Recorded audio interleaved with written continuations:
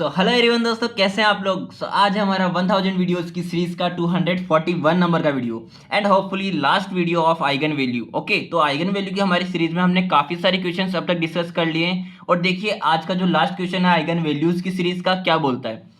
Find the eigen values and eigen vectors of the matrix. हमारे पास matrix A given है, 3x3 की एक square matrix है। Okay, अब यहाँ पे जो ए मैट्रिक्स है इसकी आइगन वैल्यूज निकालेंगे सबसे पहले तो, एंड देन जो आइगन वैल्यूज आएगी उसके करस्पॉन्डिंग हमें निकालना है आइगन वेक्टर्स की वैल्यू। ओके, तो सबसे पहले हमें क्या निकालना है, आइगन वैल्यूज निकालना है। अब आइगन वैल्यूज निकालने के लिए देखिए हमारे पास में इसका फॉर्मूला क्या होता है, कैरेक्टरिस्टिक इक्वेशन लिखनी पड़ेगी हमें ए मैट्रिक्स की। सो ए मैट्रिक्स की कैरेक्टरिस्टिक इक्वेशन का हमारे पास में फॉर्मूला होगा ए माइनस लेमडा आई। देखिए यहाँ पे एक जो आप कॉमन मिस्टेक कर देते हो वो ये कि यहाँ पे ए माइनस लेमडा आई यानी कि जो हमारी कैरेक्टरिस्टिक इक्वेशन है इसको हमें डिटर्मिनेंट फॉर्म में लिखना था, बट आप लिख देते हो मैट्रिक्स फॉर्म में, जो कि हमारे पास में रॉन्ग हो जाएगा। ओके, तो हमें इस तरह से डिटर्मिनेंट फॉर्म में लिखना है ए माइनस लेमडा आई को। ओके, अब देखिए यहाँ पे लेमडा को जब मैं अंदर मल्टीप्लाई करूंगा तो केवल जो डायगोनल एलिमेंट्स है उनकी जगह पे आएगा लेमडा। ओके, तो यहाँ पे देखिए मैं क्या लिखूंगा, -2 minus lambda, 1 minus lambda and minus lambda, और बाकी के एलिमेंट्स एज इट इज आ जाएंगे। ओके, अब यहाँ पे एक चीज आप नोटिस करिए सब लोग कि देखो जो हमारा कॉलम है C3, C2 एंड C1, इन तीनों को आप रेस्पेक्टिवली ऐड कर देंगे तो देखिए यहाँ पे मेरे पास में क्या क्या वैल्यूज आ रही है, -2 माइनस लेमडा प्लस में 2 minus 3 is equal to minus lambda minus 3। As it is जो R2 के लिए आप ऐड करेंगे, R3 के लिए आप इन सभी कॉलम्स की वैल्यू को ऐड करेंगे तो आपके पास में सभी वैल्यूज जो आएगी वो इक्वल आएगी। ओके, और इक्वल आने से सोचिए यहाँ पे हम क्या कर सकते हैं। पहली चीज तो ये कि जब हमारे पास में ये एक डिटर्मिनेंट फॉर्म में है तो हमें इसकी डिटर्मिनेंट वैल्यू निकालनी है, चाहे आप डायरेक्टली निकाल लीजिए चाहे आप वैसे निकाल लीजिए किसी भी तरह से रो एलिमेंट्री ऑपरेशन परफॉर्म करके, ठीक है। बट यहाँ पे मुझे सिंप्लीफिकेशन करने के लिए हिंट मिला, जैसा कि मैंने लास्ट पेज पे बताया कि इन तीनों कॉलम्स की जो रेस्पेक्टिव रोज है उनको जब हम ऐड करेंगे तो माइनस लेमडा माइनस 3 आ रहा है, और इसको परफॉर्म करने के लिए मैंने यहाँ पे C1 में ऑपरेशन लगा सकता हूँ, या तो C1 plus C2 plus C3, या फिर मैं ये जो माइनस लेमडा माइनस 3 वैल्यू हमें बन रही है ये मैं C3 में फॉर्म कर सकता हूँ, C3 में C3 plus C1 plus C2 operation लगा के। ओके, तो देखिए मैंने C3 में लगाया है ये ऑपरेशन, तो मेरे पास में यहाँ पे C3 की जगह पे भी आ गया है minus lambda minus 3 and C1 की जगह पे भी आ गया, तो आप दोनों तरफ से किसी भी तरह से प्रोसीड कर सकते हो। मैं प्रोसीड कर रहा हूँ C3 में ऑपरेशन लगा के। ओके, तो देखिए यहाँ पे मेरे पास में ये सभी वैल्यूज जब माइनस लेमडा माइनस 3 में कन्वर्ट हो चुकी है तो मैंने यहाँ से कॉमन ले लिया है माइनस लेमडा माइनस 3 को, जिसके बाद मेरे पास में ये सभी 1 1 1 रिमेनिंग रह जाएगा। ओके, अब मुझे इन दोनों 1 1 को या फिर इन दोनों 1 1 को जीरो में कन्वर्ट करना है, और जीरो में कन्वर्ट करने का रीजन क्या है कि हम जब इस कॉलम के अक्रॉस निकालने जाएंगे डिटर्मिनेंट की वैल्यू तो हमें केवल एक 1 के लिए ही वैल्यू निकालनी पड़े, बाकी के दो तो मेरे पास में जीरो बन जाएंगे। ठीक है, तो देखो क्या ऑपरेशन लगाऊंगा इसके लिए, मैं R3 में इस 1 को मैं जीरो में कन्वर्ट करूंगा एंड देन R2 में इस 1 को भी जीरो में कन्वर्ट करूंगा by the help of this one. Okay,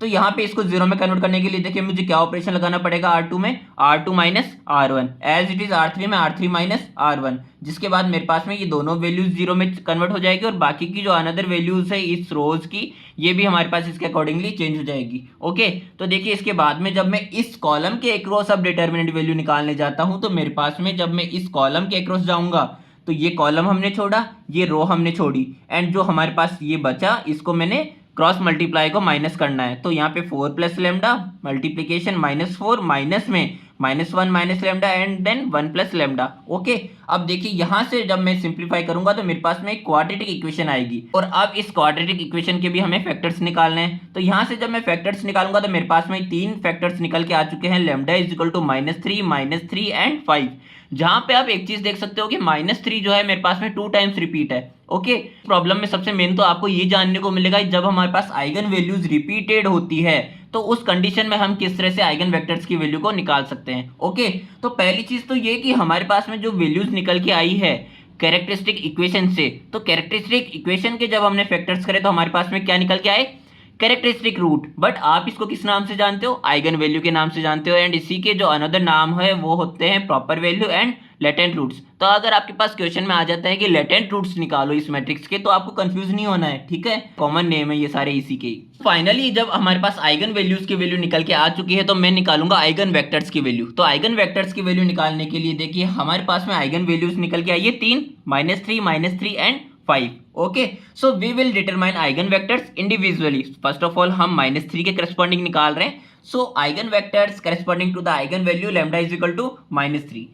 अब देखिए, जैसा कि मैंने आइगन वैल्यूज निकालने के लिए फॉर्मूला लगाया था कैरेक्टरिस्टिक इक्वेशन का, उसी तरह से जब हम आइगन वेक्टर्स निकालने जाएंगे तो हमारे पास फॉर्मूला होगा ax is equal to lambda x, जहां से अगर मैं लैम्डा एक्स को एलएचएस में लेके जाता हूं तो मेरे पास में जब मैं एक्स को कॉमन बाहर निकालूंगा तो जस्ट बिकॉज ऑफ लैम्डा हमारे पास में एक स्केलर क्वांटिटी है जिसको हम अकेला नहीं छोड़ सकते, क्योंकि ये भी हमारे पास में मैट्रिक्स है और मैट्रिक्स के साथ माइनस तो मैट्रिक्स ही हो सकती है ना, कोई स्केलर क्वांटिटी तो कैसे होगी। इस कारण से हमें यहाँ पे आइडेंटिटी मैट्रिक्स को यहाँ पे रखना है। ठीक है, तो आइडेंटिटी मैट्रिक्स यहाँ पे रखने के बाद a माइनस लेमडा आई रह जाएगा हमारे पास, एंड देन जब हम a की यहाँ पे वैल्यू रखेंगे एंड लेमडा आई रखेंगे तो यहाँ से देखिए मेरे पास में इसको मैंने नाम दे दिया है इक्वेशन a। ओके, जहां पे मेरे पास जो कैपिटल X है वो रिप्रेजेंट कर रहा है आइगन वेक्टर्स को, एंड आइगन वेक्टर्स हमारे पास में x1 x2 और x3 हो जाएंगे। ठीक है, यहाँ पे तो देखिए इसको मैंने इक्वेशन ए नाम इसलिए दिया है क्योंकि यहाँ पे हम लेमडा इज इक्वल टू -3 के करस्पॉन्डिंग जब निकालने जा रहे हैं तो हमने ये फॉर्मूला लगाया, और यही फॉर्मूला हमें बार बार लगाना है जब हम अनदर किसी आइगन वैल्यू के करस्पॉन्डिंग उसके आइगन वेक्टर्स निकालेंगे। ओके, तो देखिए उस टाइम पे आपको ये वाला पूरा स्टेप वापस से नहीं दोहराना है, आपको डायरेक्ट इक्वेशन ए से स्टार्ट कर देना है लेमडा की वैल्यू रख के। ठीक है, सबसे पहले तो हम यहाँ पे लेमडा इज इक्वल टू -3 रख रहे हैं, तो लेमडा इज इक्वल टू जब मैं -3 रखूंगा तो यहाँ पे +3 हो जाएगा। ओके, और +3 को जब मैंने अंदर मल्टीप्लाई किया तो -2 + 3 मेरे पास 1 हो जाएगा, 1 + 3 4 हो जाएगा, एंड 0 + 3 0 रह जाएगा, और बाकी के अनदर जो मेरे पास एलिमेंट्स है वो एज इट इज रह जाएंगे। अब देखिए मुझे इस जो मैट्रिक्स है इसको हमें एक्लॉन फॉर्म में कन्वर्ट करना है, और एक्लॉन फॉर्म में हम इसको कन्वर्ट क्यों कर रहे हैं, because we have to determine rank of it, और रैंक हम किस तरह से निकालते हैं, एक्लॉन फॉर्म में कन्वर्ट करके निकालते हैं। ठीक है, so we will perform elementary operations. Okay, तो जब मेरे पास में ए मैट्रिक्स और ax इज इक्वल टू 0 के फॉर्म में जब मैंने इसको लिखा और यहाँ पे मुझे जब इक्लॉन फॉर्म में कन्वर्ट करना है तो देखिए यहाँ पे मेरे को R3 में R3 प्लस में R1 ऑपरेशन लगाना है, क्योंकि यहाँ पे -1 है, ये इस +1 की हेल्प से 0 में कन्वर्ट हो जाएगा, एंड एज इट इज अगर मैं 2 को भी इस 1 की हेल्प से 0 में कन्वर्ट करना चाहूँ तो मुझे R1 को 2 से मल्टीप्लाई करना पड़ेगा, एंड देन मैं माइनस करूंगा R2 को। ओके, तो R2 - 2 R1 मैंने ऑपरेशन लगाया है R2 में इस 2 को 0 में कन्वर्ट करने के लिए। ठीक है, तो देखिए यहां से जब मेरे पास में ये दोनों वैल्यूज मेरे पास 0 में कन्वर्ट हो जाएगी तो देखिए यहाँ पे जब मैं ये दो ऑपरेशंस लगाऊंगा तो मेरे पास में जो बाकी की वैल्यूज है वो भी 0 में कन्वर्ट हो जाएगी। ठीक है, हमारा तो टारगेट केवल इसी को करना था, पर बाकी की वैल्यूज भी 0 हो रही है तो हमें क्या ही दिक्कत होगी। बट यहाँ से जब मेरे पास फाइनली ये एक एक्लॉन फॉर्म में कन्वर्ट हो चुका है तो यहाँ पे अब मैं क्या कर सकता हूँ, इसके रैंक निकाल सकता हूँ, और रैंक हमारे पास क्या बोलती है, number of non zero rows in echelon form. तो यहाँ पे एक्लॉन फॉर्म में मेरे पास में नॉन जीरो रोज ओनली 1 है, इट मीन्स हमारे जो कोफिशिएंट मैट्रिक्स है या फिर कह लीजिए ए मैट्रिक्स है इसकी रैंक आ चुकी है 1।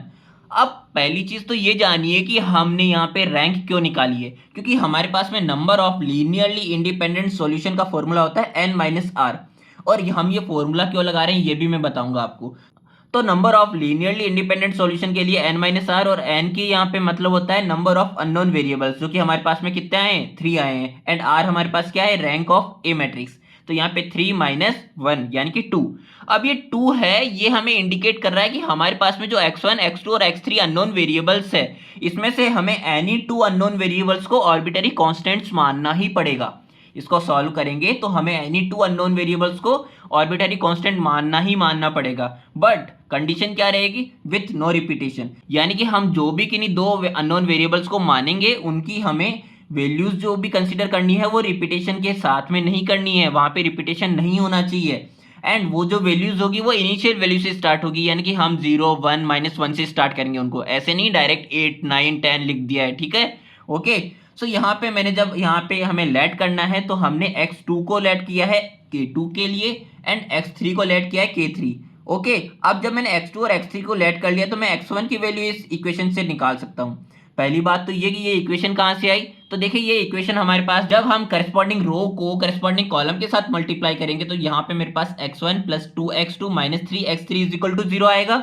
ठीक है, तो देखिए यहाँ से अब मैंने x1 की वैल्यू निकाल लेनी है 3k3 माइनस में 2k2। यहाँ से अगर मैं x1 जो कि हमारे पास फॉर्म था आइगन वेक्टर्स का उस फॉर्म में यहाँ पे रखता हूँ जहाँ पे x1 x2 और x3 था, तो x1 की वैल्यू 3k3 - 2k2, x2 की वैल्यू k2 एंड x3 की वैल्यू k3। अब जैसा कि मैंने कहा था कि हमें स्टार्टिंग किससे करनी है, start from initial values, and initial value यहाँ पे मैंने K3 की 0 मानी है और K2 की वैल्यू 1 मानी है। K3 की 0 मानी है, K2 की वैल्यू 1 मानी है। ओके, तो इन दोनों की वैल्यूज को मैंने यहाँ पे भी रखा तो मेरे पास आ गया 0 -2। It means -2, 1 and 0 3 eigenvectors मिल गए corresponding to the lambda is equal to -3। Okay, तो ये तो हुआ एक पार्ट कंप्लीट। तो अब बात करते हैं हमारे पास एक और जो आइगन वैल्यू आई थी लैम्डा इज इक्वल टू -3, उससे करस्पॉन्डिंग हम कैसे निकालते हैं आइगन वेक्टर्स की वैल्यू। ठीक है, तो यहाँ पे जो कि मैंने कहा था आपको स्टार्टिंग में कि इस वीडियो में आपको समझने को मिलेगा कि जब हमारे पास आइगन वैल्यूज रिपीट होती है तो उस कंडीशन में हमारे पास आइगन वेक्टर्स की वैल्यू किस तरह से डिटरमाइन की जाती है। ठीक है, तो यहाँ पे मैंने x2 को उसी फॉर्म में लिख दिया है, x1 x2 और x3 जो कि हमारे पास में लास्ट पेज पे वैल्यूज आई थी। ठीक है, अब मुझे यहाँ पे जैसा कि K2 को मैंने 1 माना था और K3 को 0 माना था, तो यहाँ पे उनको इंटरचेंज कर देना है इसके लिए। तो यहाँ पे मैंने K2 को 0 मान लिया और K3 को 1 मान लिया है, K2 को 0 मान लिया और K3 को 1 मान लिया है। एंड जो हमारा फॉर्मूला आया था x1 का 3K3 - 2K2, यानी कि यहाँ पे K2 और K3 की वैल्यू जब मैंने रखी तो 3 - 0 होएगा, जहां से मेरे पास में आइगन वेक्टर्स निकल के आएंगे corresponding to the lambda is equal to -3 के क्या क्या 3 0 एंड 1। ठीक है, अब हो गए इसके 2 पार्ट्स कंप्लीट। अब हम बात करते हैं इसके लास्ट पार्ट की, जहां पे हम निकालने वाले हैं eigen vectors corresponding to the eigen value lambda is equal to 5। Okay, और जैसा कि मैंने कहा था कि आपको बार बार यहाँ पे फॉर्मूले को रिपीट नहीं करना है, आपको इक्वेशन ए से स्टार्ट करना है। सो हमारे पास इक्वेशन ए में हमें लैम्डा इज इक्वल टू 5 की वैल्यू रख देनी है। एंड देन जब हम लैम्डा इज इक्वल टू 5 की वैल्यू रखेंगे तो मेरे पास में देखिए फाइनली जो मैट्रिक्स निकल के आएगी उसकी क्या क्या वैल्यूज आएगी यहाँ पे -2 -5 -7 1 -5 -4 एंड 0 -5, तो -5 हो ही जाएगा। ओके, अब हमारे पास जो मैट्रिक्स निकल के आई है ए एक्स इज इक्वल टू 0 की फॉर्म में, इसकी हमें फाइनली वैल्यूज निकालनी है x1 x2 एंड x3 की, जिसके लिए हम हेल्प ले सकते हैं यहाँ पे convert it in echelon form. Okay, so देखिए पहली चीज तो ये कि जब भी आपके पास में एक्लोन फॉर्म में कन्वर्ट करना हो और आपके पास में R1 के अंदर 1 या -1 टर्म एब्सेंट हो, तो फर्स्ट ऑफ ऑल तो मैं यहाँ पे एसाइज हो जाता हूँ, यानी कि अनकंफर्टेबल मैं इसलिए फील करता हूँ क्योंकि मेरे को R1 में हमेशा 1 या -1 चाहिए ही चाहिए, जिसके कारण मैं यहाँ पे अनदर जो एलिमेंट्स है उस कॉलम में उनको मैं 0 में कन्वर्ट कर सकूँ। तो इसके लिए मैंने R1 को इंटरचेंज कर लिया है R3 के साथ में, जहाँ से अगर देखिए मैं बोलूँ यहाँ पे R1 और R3 की वैल्यूज जब हमारे पास इंटरचेंज हो जाएगी तो मेरे पास आ जाएगा -1 R1 में। ओके, और अब इस -1 की हेल्प से मुझे इस कॉलम के अंदर जो 2 एंड -7 है इसको मुझे 0 में कन्वर्ट करना है। तो देखिए 2 को आप 0 में कन्वर्ट कैसे कर सकते हो -1 की हेल्प से, जब आप ऑपरेशन लगाओ R2 प्लस में 2 of R1 and as it is -7 + 7 मेरे पास 0 होता है, तो इसको मुझे 7 में कन्वर्ट करना पड़ेगा। ठीक है, और 7 में कन्वर्ट करने के लिए मुझे इस पूरी रो को मल्टीप्लाई करना पड़ेगा 7 से, एंड इसके लिए मैंने R3 में ऑपरेशन लगाना है, R3 माइनस में 7 ऑफ R1। ठीक है, अब इन दो एलिमेंट्री ऑपरेशंस के बाद में मेरे पास में ये दोनों एलिमेंट्स 0 में कन्वर्ट हो जाएंगे और बाकी के जो एलिमेंट्स है वो भी इसी के अकॉर्डिंगली चेंज हो जाएंगे। ठीक है, अब इसमें एक चीज और देखिए कि जो मेरे पास R2 और R3 है, इसमें अगर हम रो एलिमेंट्री ऑपरेशंस परफॉर्म कर लेते हैं तो यहाँ पे 0 जो हमारे पास फॉर्म हुआ है वो अगेन डिस्ट्रक्ट नहीं होगा। ठीक है, जिसके लिए जब मैं R3 की वैल्यू में निकालना चाहूंगा 0 कन्वर्ट करना चाहूंगा तो मेरे को रो एलिमेंट्री ऑपरेशन परफॉर्म करना पड़ेगा R3 प्लस में 2 टाइम्स ऑफ R2। ओके, तो यहाँ पे मेरे पास में 16 - 16 0 हो जाएगा एंड 32 - 32 अगेन 0 में कन्वर्ट हो जाएगा, जहां से ये फाइनली मेरे को एक्लोन फॉर्म में मिल चुकी है। एंड एक्लोन फॉर्म में जैसा कि मैंने बताया था हम क्यों यहाँ पे बना रहे हैं, क्योंकि हमें रैंक निकालनी है ए मैट्रिक्स की, एंड रैंक निकालने के लिए हमारे पास फॉर्मूला क्या बोलता है, number of non zero rows in echelon form. तो यहाँ पे नंबर ऑफ नॉन जीरो रोज जैसा कि आप देख सकते हो 2 है, जिसके कारण यहाँ पे रैंक ऑफ ए मैट्रिक्स हो जाएगी 2 एंड 2 हमारे पास आई है तो हम number of linearly independent solutions की वैल्यू भी निकाल सकते हैं, जिसका हमारे पास फॉर्मूला होता है n - r, यानी कि n हमारे पास क्या रिप्रेजेंट करता है, नंबर ऑफ अननोन वेरिएबल्स को, and r rank of coefficient matrix को। सो 3 - 2 मेरे पास में 1 आ चुका है। ओके, अब ये 1 हमें इंडिकेट करता है कि we have to consider one unknown variable as arbitrary constant. तो देखिए x1 x2 और x3 की वैल्यूज निकालने के लिए अब हमें फाइनली करस्पॉन्डिंग रो को करस्पॉन्डिंग कॉलम के साथ मल्टीप्लाई करके इक्वेट कर देना है 0 0 एंड 0 के। तो यहाँ से मेरे पास में फर्स्ट रो को जब मैं कॉलम के साथ मल्टीप्लाई करूंगा तो मेरे पास आ जाएगा -x1 - 2x2 -5x3 = 0, एंड यहाँ पे जब मैं सेकंड रो को इसके साथ मल्टीप्लाई करूंगा तो मेरे पास आएगा -8x2 - 16x3 = 0। ओके, अब देखिए यहाँ पे मैंने जब माइनस का 8x2 को इक्वेट किया है 16x3 के, तो मेरे पास में आ गया x2 is equal to minus का 2x3। जहां से जैसा कि मैंने लास्ट पेज पे बताया था कि हमें एक अननोन वेरिएबल को लेट करना है ऑर्बिटरी कांस्टेंट के, तो मैंने x3 को लेट किया है k के लिए, जहां पे अगर मैं x3 को k मानता हूं तो मेरे पास x2 की वैल्यू भी खुद ब खुद चली आएगी। क्या आएगी यहाँ से, x2 is equal to minus का 2k। अब जब मेरे पास x2 और x3 की वैल्यू निकल के आ चुकी है तो मैं x1 की वैल्यू भी निकाल सकता हूं। तो x1 की वैल्यू मेरे पास आ जाएगी यहाँ से, जब मैं x2 और x3 की वैल्यूज रखूंगा तो देखिए यहाँ पे मेरे पास x1 की वैल्यू आ चुकी है माइनस का k। ठीक है, अब x3 जो मेरे पास जिस फॉर्म में था, यानी कि आइगन वेक्टर्स x1 x2 और x3 इसी कॉलम मैट्रिक्स की फॉर्म में थे, तो यहाँ से जब मैंने x1 की वैल्यू रखा माइनस के, x2 की वैल्यू रखा माइनस का 2k एंड x3 की वैल्यू जब मैंने रखा k, तो यहाँ से जब मैं माइनस के को बाहर कॉमन ले लूंगा तो मेरे पास अंदर आइगन वेक्टर्स रिमेनिंग रह जाएंगे 1 2 और -1, जिसको मैं इस तरह से भी लिख सकता हूँ 1 2 एंड -1। ठीक है, तो ये मेरे पास में फाइनली जो थर्ड आइगन वेक्टर था corresponding to the eigen value of lambda is equal to 5, वो हमारे पास में आ गया है। सो दोस्तों ये था हमारा आज का video. Thank you so much देखने के लिए, मिलते हैं हमारे नेक्स्ट वीडियो में।